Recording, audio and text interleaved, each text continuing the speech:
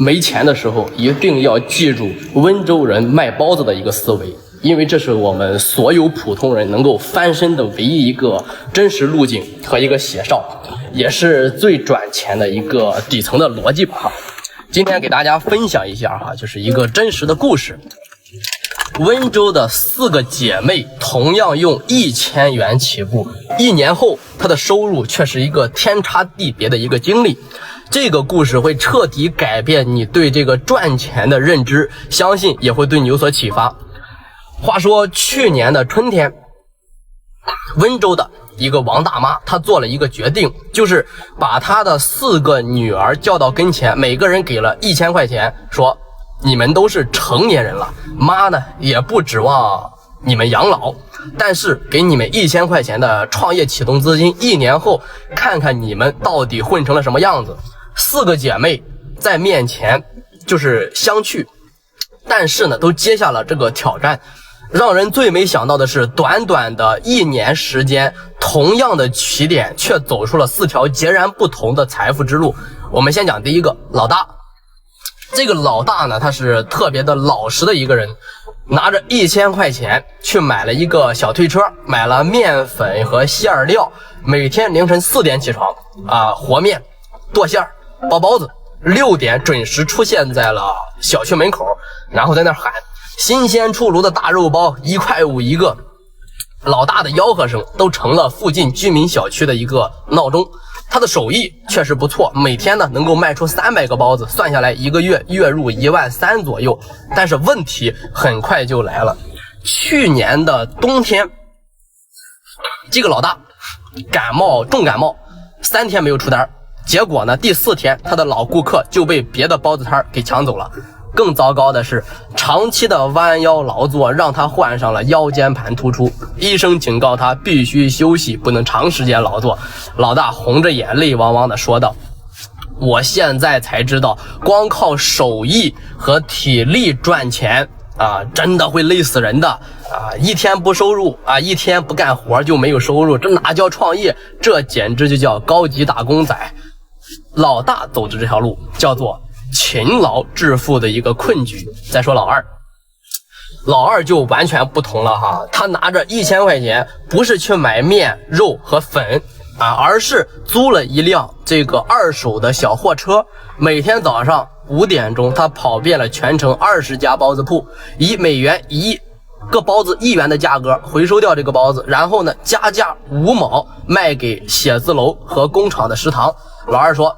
我算过了，一家包子铺最多能做200个包子，但是一个工厂的需求就需要500个包子，与其自己累死累活，不如做一下资源整合。果然他很快就签下了3家这个工厂的早餐供应合同，每天稳定的出货将近有1000多个包子，月入呢也是轻松的突破了4万块钱。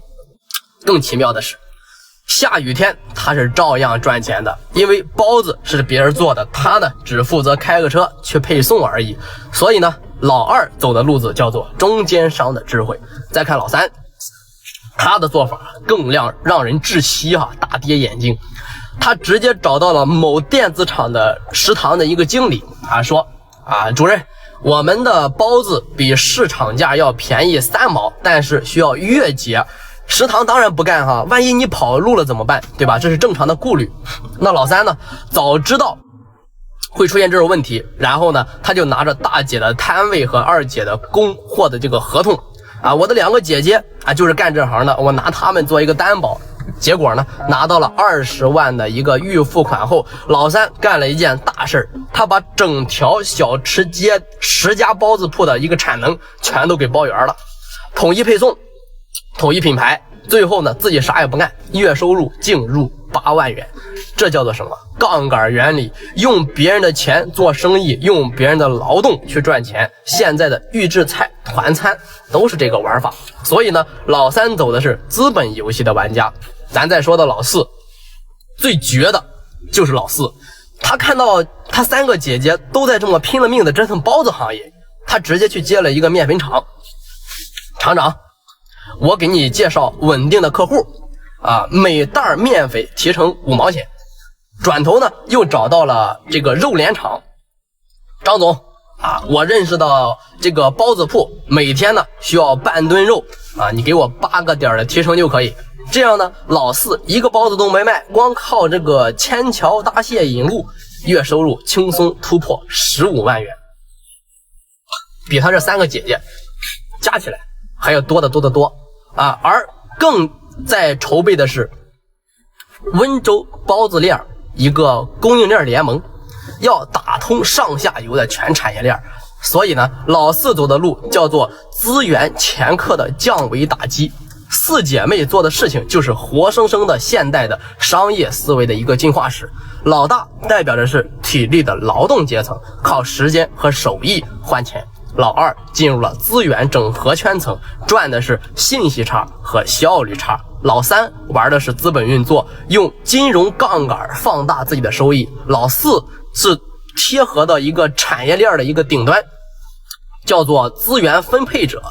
就好比现在大家在下象棋，有人永远琢磨该怎么走卒子啊，但是有人已经在布局车马炮的配合，而高手呢，早就在如何思考让整盘棋都为自己所用。那么普通人应该如何破局呢？其实就3点：第一，跳出执行层，不要永远做自己包包子的人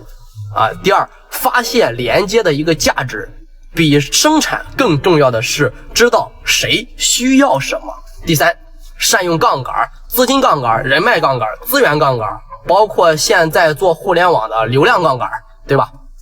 记住，当今社会最赚钱的，它不叫本事，不是你会做什么，而是你知道让谁该做什么。就像老四说过的一句话，我赚的永远不是包子的钱，而是知道谁需要包子和谁需要面粉，谁需要肉的这个信息的钱。那么下次在你准备做生意亲力亲为的时候，不妨先问一问你自己，这件事我能不能让别人去做，我能不能只做当中最关键的一环。这个时代勤劳当然能够致富，勤劳当然也值得被尊敬，但是思维的升级才是能给你带来财富的一个本质的跃圈啊！看完这4姐妹的故事啊，你现在是处于4个姐妹当中的哪一个阶层当中？欢迎评论区分享个人的感悟。